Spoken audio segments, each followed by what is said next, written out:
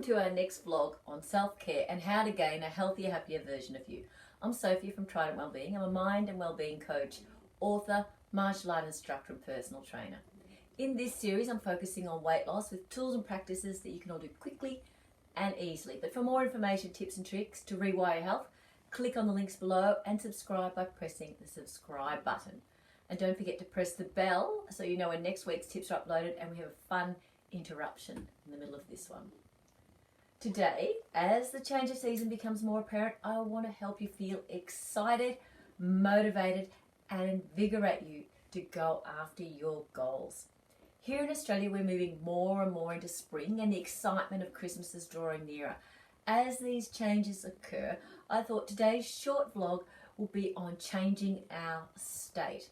If we can't change our state, we'll therefore struggle to change our body, our well-being and our health. It'll be more difficult to focus on our goals and even to be there in a more involved way with those that we care about.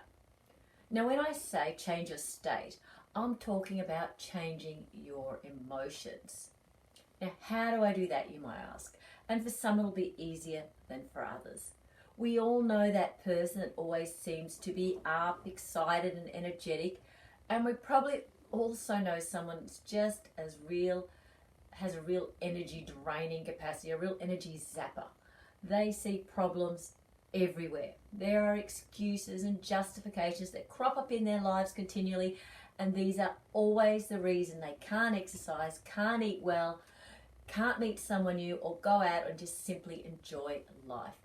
Now, if we hang around these people for too long, we also start to feel flat, drained and lethargic and lack motivation. Now, we may not be able to tap into their energetic friend or our energetic friend, colleague or relative all that easily, as they've got a life too.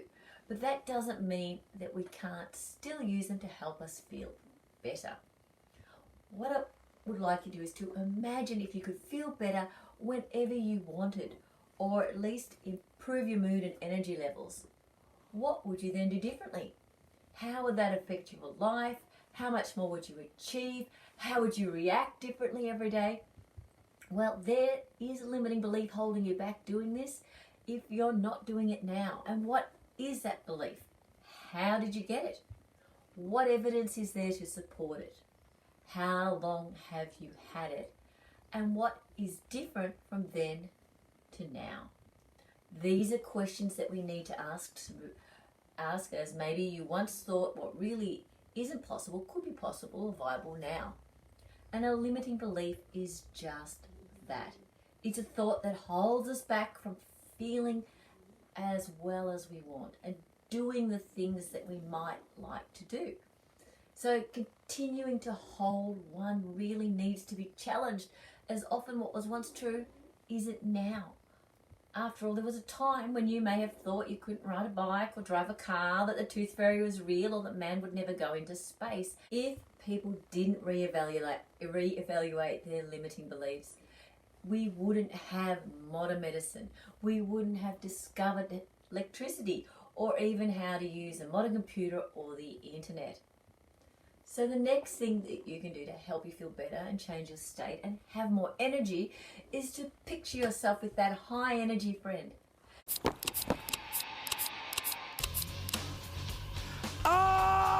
Body blows in front of the sequoia tree, 4:20 p.m. 4-0. Imagine they're there, that you're talking to them. What else are they doing? What are you discussing? How do you look? How do they look? What are you noticing? When you do that, do you notice that you feel different? Is it time to make yourself feel excited, to feel energy and feel enthusiasm flow through your body?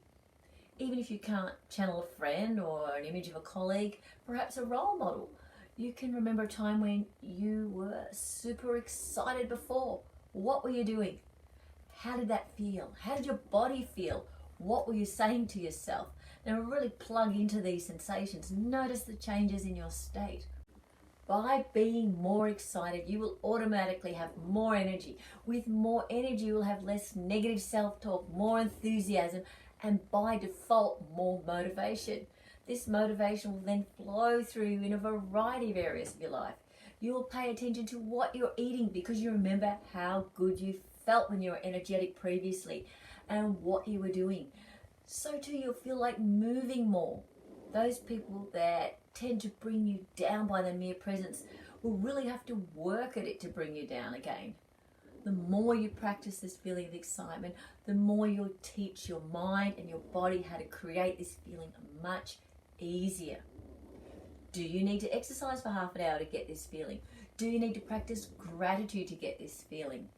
Can you simply channel your role model? Whatever way you have of changing your state, the more you feel excited, the more motivated you'll be, the more you will achieve and the better you will feel. What could possibly be the harm in trying to develop this skill?